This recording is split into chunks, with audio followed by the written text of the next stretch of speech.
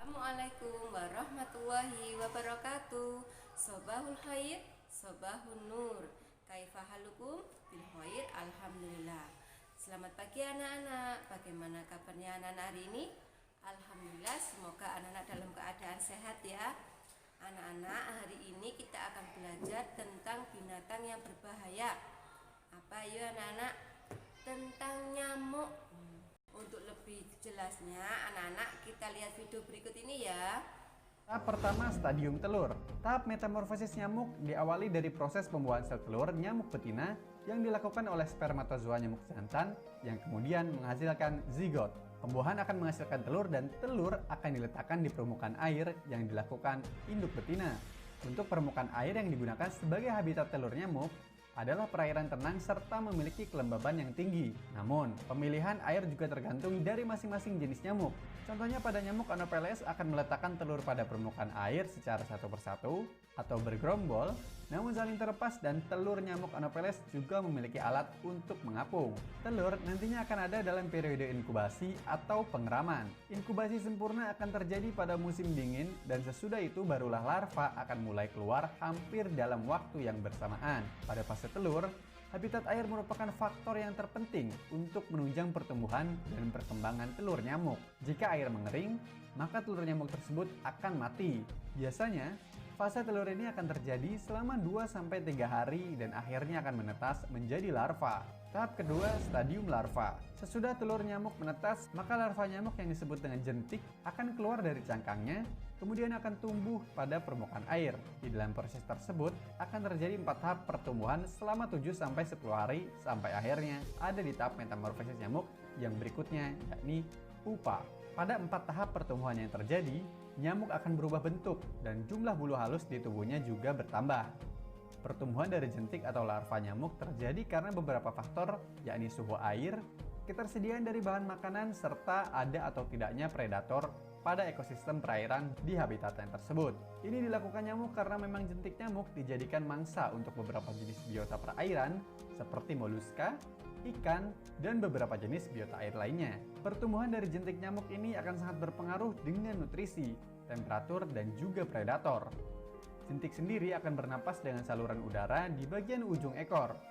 Umumnya jentik-jentik nyamuk ini akan makan mikroorganisme, namun ada juga jentik yang memangsa jentik dari spesies lainnya. Tahap ketiga, stadium pupa. Stadium berikutnya adalah stadium pupa.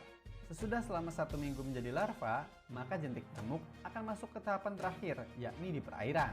Larva nyamuk akan berubah menjadi pupa atau kepompong yang bertujuan untuk mempersiapkan tubuhnya menjadi nyamuk dewasa yang sudah siap untuk terbang.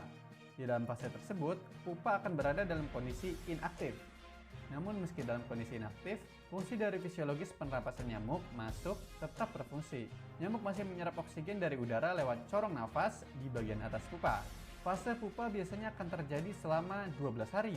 Selama beberapa hari tersebut, sayap halus akan mulai terbentuk yang nantinya akan dipakai untuk terbang dalam fase metamorfosis berikutnya.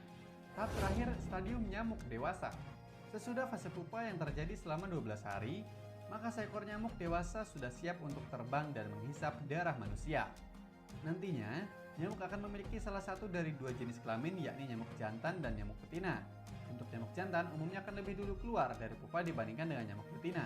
Jika nyamuk jantan dan betina sudah sama-sama keluar dari pupa, maka nyamuk akan melakukan proses kawin dan nyamuk betina akan beristirahat selama 2 hari sebelum mulai mencari darah. Nyamuk yang cukup dewasa serta siap terbang sudah memiliki organ yang lengkap. Tahap keluarnya nyamuk dari kepompong ini adalah tahap yang paling penting sebab nyamuk harus keluar dari air tanpa melakukan kontak langsung dengan air. Nah, anak-anak, bagaimana video dari Bu Guru tadi? Anak-anak sudah mengerti kan? Sudah tahu tentang metamorfosis dari nyamuk ya. Anak-anak kalau di rumah ada gantungan baju, segera dibersihkan. Ada air yang tergenang, segera dibuang supaya tidak menjadi sarang nyamuk ya. Anak-anak, Bu Umu punya tepuk ini, tepuk nyamuk.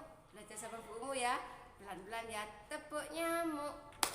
Niyang-niyang. Niyang-niyang. Plok-plok. Loh, kenapa kok dipukul nyamuk? Kan biasanya anak-anak dipukul. Untuk kegiatan pembelajaran hari ini, anak-anak dengarkan penjelasan dari Bu Guru ya. Untuk kegiatan pembelajaran hari ini, Yang pertama, anak-anak mengurutkan gambar 3M.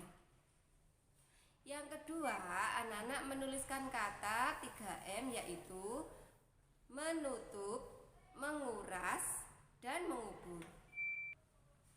Yang ketiga, anak-anak melingkari gambar di buku paket binatang halaman 20. Nah, anak-anak, demikian tadi penjelasan kegiatan pembelajaran dari Bu Guru. Jangan lupa anak-anak sebelum belajar membaca doa, ya. Nurut sama orang tua, jaga kesehatan, jangan keluar rumah, ya.